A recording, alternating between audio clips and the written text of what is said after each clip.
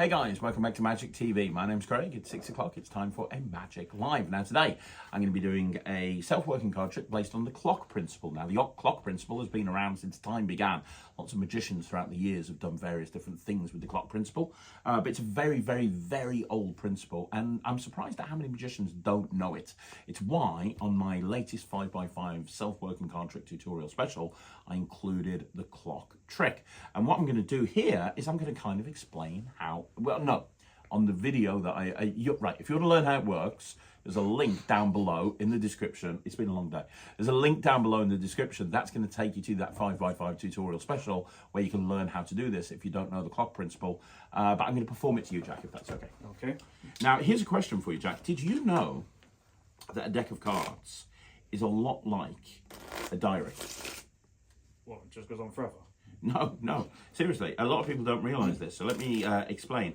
A deck of cards has two colours. It has red and it has black. That is the equivalent of day and night. A deck of cards has four suits: clubs, hearts, spades, diamonds, and there's 4 seasons in a year: spring, summer, autumn and winter.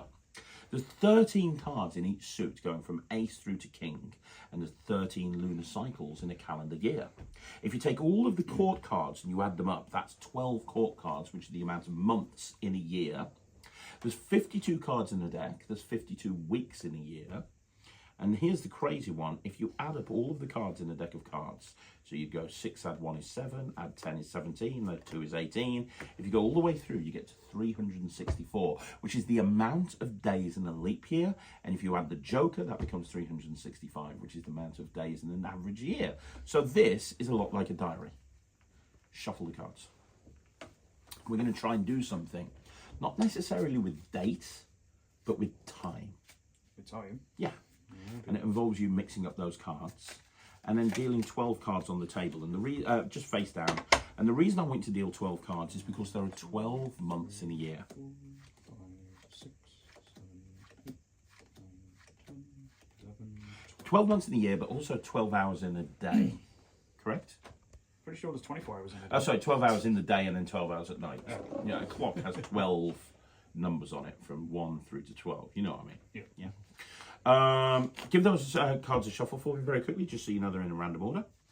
And then when you've done that, what I'd like you to do is just take any one of these cards. This card is going to represent you. Okay. So take a card that you want to represent you. There you go. When you've got the card show on, that card is now you. Yep. And just pop it back. And we'll leave that card down in the middle to make sure that it is definitely lost. Now, one other thing that we need to do, Jack, I want you to, in a second, I'm going to look away. I want to cut off some cards from these 12. Count how many cards you cut off and put them inside the box. Okay? But when you count quietly, so I don't know what that number is. Okay? I'll look away. Just cut some cards off. It's up to you however many.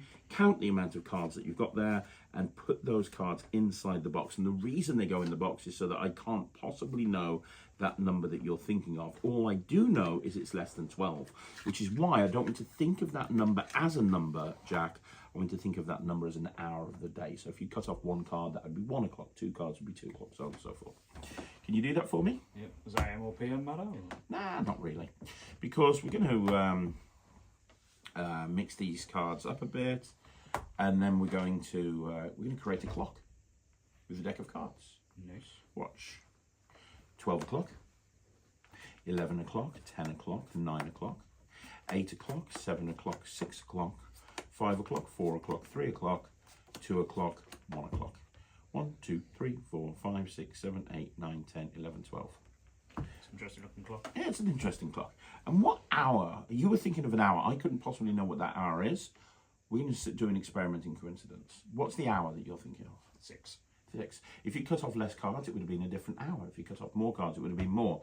6 o'clock, that's 1, 2, 3, 4, 5, 6. That's that card right there. That represents the 6 o'clock position. If you'd have cut one more card, it would have been the 7 here, which is the 10 of diamonds. Now, that was not your card, was it?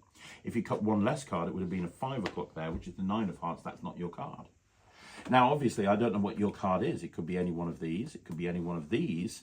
Or it could be any one of these in the deck. But here's the thing, you could have picked any card. You could have selected any time.